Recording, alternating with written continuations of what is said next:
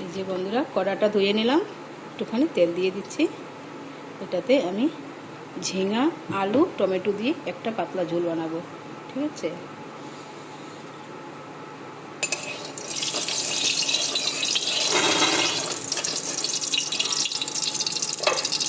এইটাতে আমি কালো জিরা ফোড়ন দেব, দিয়ে দিলাম।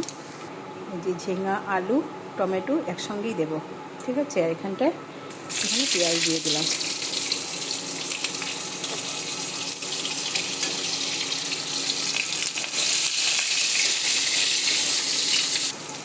পেঁয়াজটা ভাজা হয়ে গেছে, কালো জিরা তো আগেই দিলাম, আর এইখানটায় সব দিয়ে দেবো একসঙ্গে।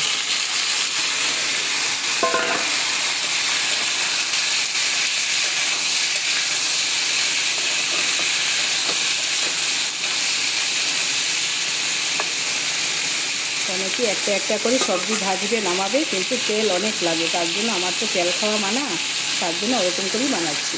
তো ঢেকে রেখে দেবো, হলুদ দেবো, নুন দেবো, লঙ্কা গুঁড়ো দেবো, আর জিরা গুঁড়ো দেবো, দিয়ে ঢেকে রেখে দেবো একটুখানি নাড়াচাড়া দিয়ে। এই যে আমি সব কিছু একসঙ্গে দিয়ে দিলাম, দিয়ে ভালো করে কষিয়ে এটা যখন একদম ফ্রাই হয়ে যাবে, তারপর আমি গরম জল ঢেলে দেবো, তার মানে ঝোল দিয়ে দেবো আর কি।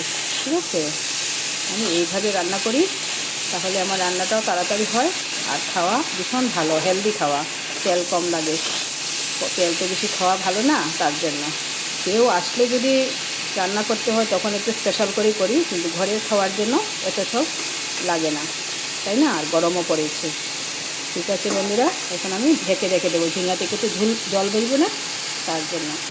আর এই মাছটা আমি ঝিঙাতে দেব, এটা সব পেটির মাছ, আর এক পিস শুধু ইয়ে, এটা আমি ঝিঙাতে ঝুলে দেব, তার জন্য ভাজা করে নিয়েছি।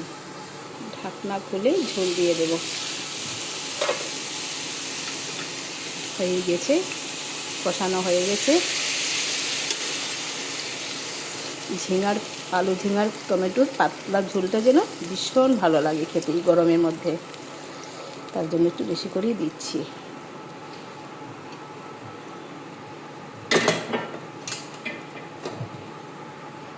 এখন ঢাকা দিয়ে রেখে দেবো, হতে থাকবে। এখন দেখি তো কি হয়েছে। এই যে রান্নাটা প্রায় কমপ্লিটই হয়ে গেছে।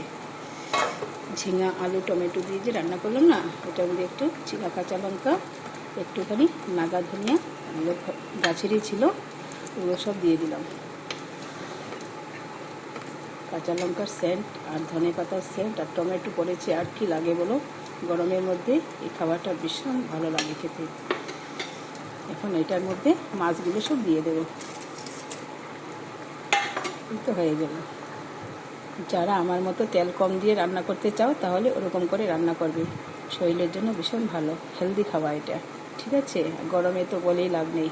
ঠিক আছে বন্ধুরা, তাহলে এখানটায় রেখে দিলাম। Bye bye.